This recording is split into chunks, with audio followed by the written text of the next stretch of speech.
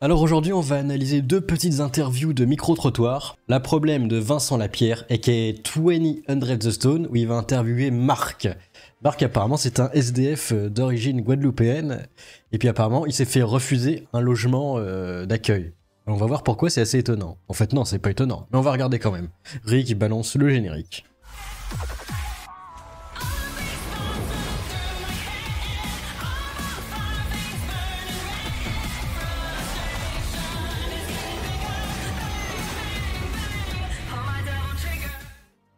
Allez, Marcus.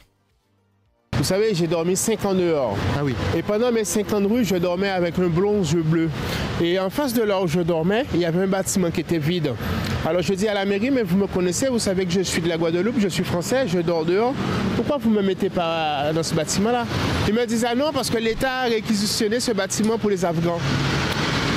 Donc ça fait mal. Et le RN dit la France aux Français d'abord. Donc le RN, même si je suis là, aurait dit Marc, t'es noir, mais je te mets là avant de mettre un Afghan. Vous pensez si je vais en Afghanistan, un taliban va mettre un Afghan dehors et va me mettre dans un bâtiment en Afghanistan? Moi je pense que non. Après les Afghans... C'est lunaire du coup. Est-ce qu'il va voter RN du coup?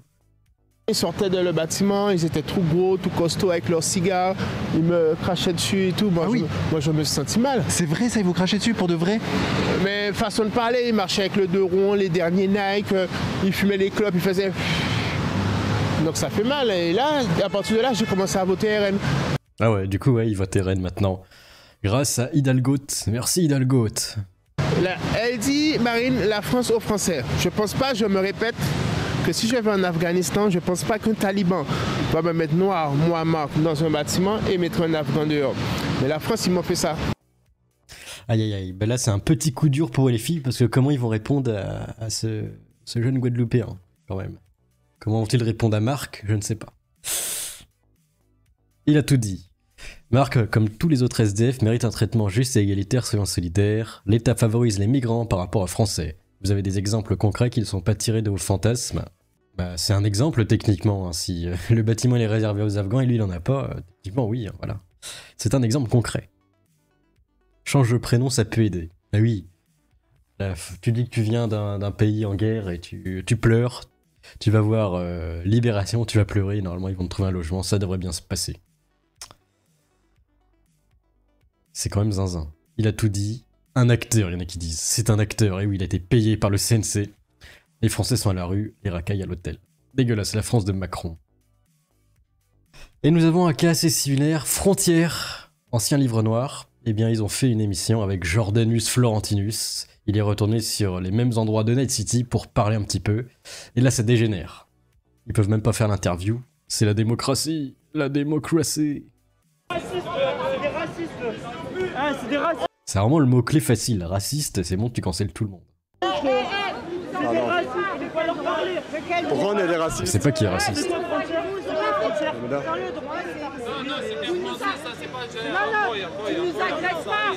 nous agresses pas. Donc vous voyez, ça c'est ça. Tu veux nous montrer qui tu es?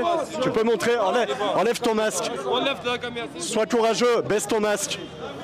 Et maintenant il a le Covid, il respecte les gestes barrières, il a 30 000 doses dans le sang, donc il enlève pas son masque, il a peur, hein. Voilà, il est fragile de la santé. Baisse ton masque. Pour que les gens sachent que rentre dans ton pays. Voilà. On va vous laisser en tout cas. Vous voyez, c'est mon pays. Ah ouais. Vous êtes irrespectueux. On t'a... Et pourquoi il y a plein de gens qui glandent dans la rue à rien faire? Qu'est-ce qui se passe? Vous savez, dans Skyrim, il y a quelque chose, il y a une amende, interdiction de glandouiller sur la voie publique. Oui, ça me rappelle cet orc dans Skyrim, Borkuk la bête. Eh ben justement, il disait qu'il était en prison pour meurtre, banditisme et surtout glandouillage sur la voie publique. Pour meurtre, banditisme, agression, vol. Ah, et glandouillage sur la voie publique. En vrai, ça pourrait devenir un délit de glandouiller sur la voie publique, parce que ça ne sert à rien, techniquement, ça prend de l'espace, les gens ont des difficultés à avancer, c'est bon, quoi. Une rue, c'est une rue, c'est fait pour aller d'un point A à un point B.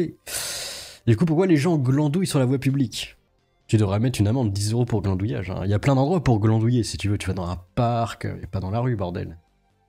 Parce qu'imagine, moi, je suis en voiture et j'essaie de glandouiller sur la 4 voies, ça va créer des bouchons, c'est pas possible.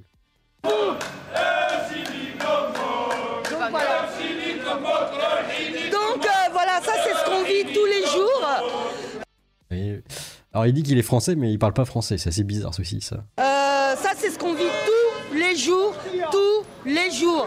Pour eux, on est des racistes. Pour eux, on est des racistes. Et ils n'arrivent pas à comprendre qu'ils viennent en France, ok, mais c'est à eux de s'intégrer. C'est pas à nous d'accepter leur agressivité ou quoi. On est d'accord. En fin de compte, il n'y a aucun racisme qui est en jeu là. Le journaliste me pose tranquillement des questions. Il veut savoir comment pense la religion musulmane, parce que je porte le foulard. Mais ça ne va pas dire que je porte le foulard qu'il y a un souci ou il y a un problème derrière. Il me pose les questions le plus normalement possible pour voir comment on est en tant que personne. Il ne m'a pas agressé ou quoi que ce soit. Il ne m'a rien dit de mal. Voilà ce que je peux vous dire. Merci madame. Eh ben non, c'est fachou de poser des questions. Fachou, très fachou. Et de l'autre côté du monde, Johnny Somali continue ses Jojo bizarres aventures dans un magasin en Corée. Il va faire des pranks et faire rire les Coréens. Alors c'est comme au Japon, hein, au début, ils disent rien, mais ça monte, et après il y a des lois qui sortent et de la discrimination qui sort à tous les étages, et quand ça y va, c'est violemment. Hein.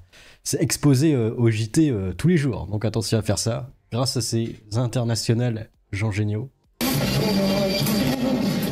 L'irrespect d'un homme.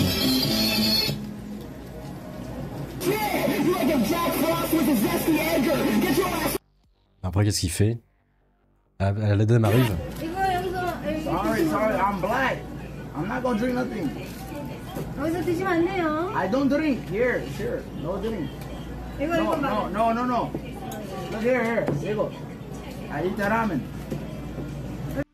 Je ne bois pas. Et après, voilà ce qu'il fait, il danse. Il fait sa petite danse, il est content, il est heureux. Oh, la diversité. Au moins, la Corée doit être contente d'accueillir des gens comme ça. Qu'est-ce qu'il dit la dame? Shut up, bitch. Shut up, bitch, il dit, ok. Le respect. Il appelle la police, elle a dit police. Pourquoi il insulte tout le monde? Drink it, you stupid bitch. Stupid bitch, oh là. Et après il fait Gangnam Style. C'est quoi ce nain, imagine? Le coréen qui a la tête de Machel dans l'animé, il devrait le prendre et le virer là. Il fait 2 fois sa taille, il pourrait ce titan, mais bon, ils le font pas.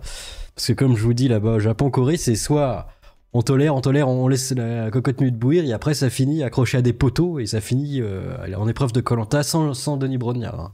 Ça finit juste avec des petits trous. Donc attention, voilà. Jouez avec la patience des gens, mais faites attention, à un moment, c'est comme le titiller le crocodile, au bout d'un moment, il va s'énerver, alors faites pas ça chez vous. Bref, qu'est-ce que vous pensez de ces petites news? Laissez vos avis dans les commentaires, à la plus, Amocus. On veut les camos sur les mortiers, les propos des sommes comme les Arasaka, sans un sachoir et les bobos. J'ai la dégaine comme la rousse, et je suis partout comme la malbouffe. Mon robot de justice pour Rebecca, et son Davido.